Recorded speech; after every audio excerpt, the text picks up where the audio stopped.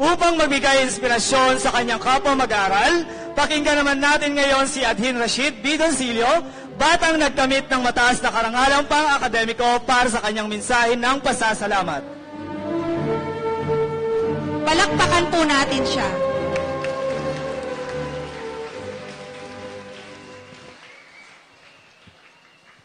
Sa ating pansangay na tagapamanihala ng mga paaralan sa lungsod ng Taguig, bayan ng Pateros at Embo, Dr. Cynthia L. Ailes, sa ating mapagmahal na punong lungsod, galang-galang Mayor Maria Laarni L. Cayetano, kasama ang kanyang mga kagalang-galang na konsihal, sa ating masipag na punong guro ng Napindan Integrated School, Dr. Joselito F. Mataak, sa ating kagalang-galang na punong barangay, Engineer Jerome San Pedro at mga kagawad, mga magulang, panauhin at higit sa lahat, sa aking mga kapwa nagsipagtapos, isang mapagpalang umaga sa inyong lahat. Kay bilis ng panahon at ito na tayo ngayon, nagtapos at tinanggap ang katibayan ng pagtatapos. Isang napakahalagang yugto sa ating buhay bilang mag-aaral sapagkat napagtagumpayan natin ang unang hakbang ng ating pag-aaral, ang pagtatapos ng elementarya.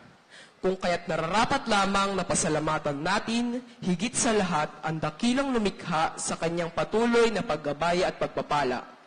Sa ating mga magulang, sa araw-araw na sakripisyo upang matugunan lamang ang ating mga pangangailangan. Sa ating mga guro na walang sawang nagbahagi at patuloy na nagbabahagi ng kanilang mga kaalaman upang tayo ay matuto ng iba't ibang kasanayan.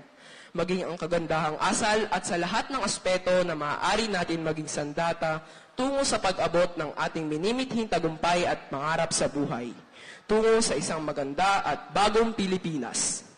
At syempre, huwag din natin kakalimutan ang ating mga kamag-anak at kaibigan na kasama natin sa araw-araw sa lungkot at saya.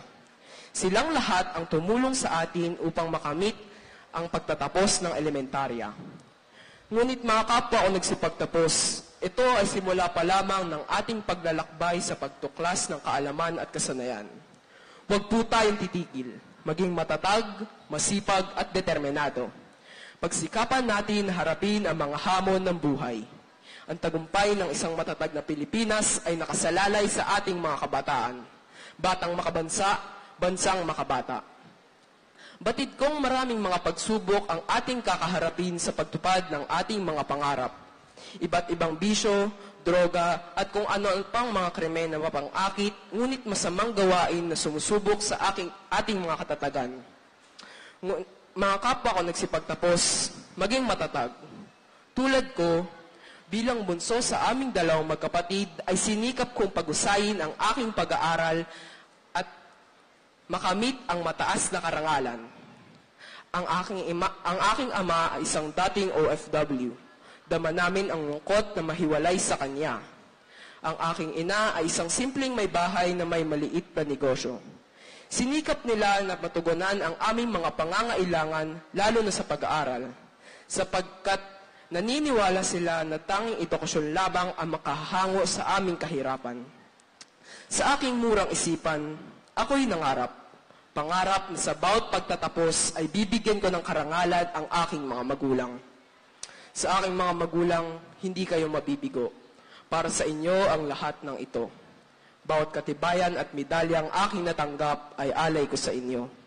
Kayo at ang ating kalagayan sa buhay ang aking inspirasyon upang mas lalo pang pag-ibayuhin at mangarap na sa darating na panahon ay ako'y inyong lubos na maipagmalaki. Sa inyo, mga mahal naming guro, pasasalamat at pagpupugay ang aming taus-pusong ibinibigay. Salamat sa mga kaalamang aming nakamtan. Salamat sa pagsasanay na aming natutunan. Salamat sa kagandahang asal na inyong ikinintal sa aming puso't isipan. Makakaasa kayo na ipagpapatuloy namin ang aming kaalaman at kasanayan. Salamat. Salamat sa inyong lahat. At sa ating pamahalaan ng lungsod ng Taguig, sa pangunguna ng ating kagalang-galang na Mayor Lani Cayetano at lahat ng nasa konseho, walang hanggang pasasalamat ang aming inaalay. Naway kayo'y patuloy maging matatag upang makapaglingkod na may pag-ibig at tapat. Sa aking mga kapwa nagsipagtapos, mga magulang, mga guro, mga lingkod ng pamayanan at lungsod, mga kaibigan, tayo'y patuloy na maging matatag at kabit-kamay na harapin ang mga hamon ng buhay tungo sa isang maganda, ligtas at mapayapa sa ilalim ng bagong Pilipinas. Pagpalain nawa tayo ng poong lumikha, muli magandang umaga at mabuhay tayong lahat. Salamat sa iyo, Adhin Rashid.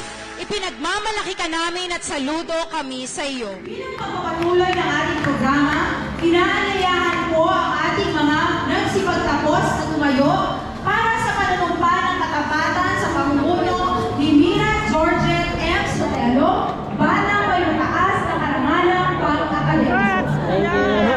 Thank you po.